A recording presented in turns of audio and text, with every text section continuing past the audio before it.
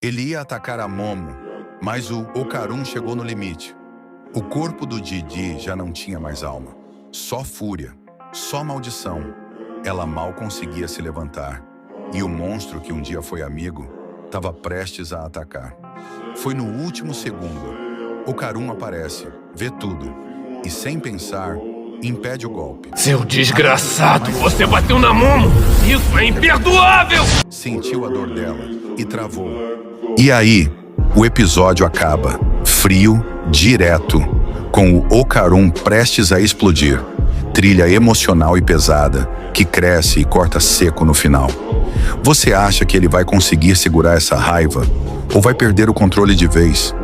Comenta aí o que você faria se fosse o Okarun.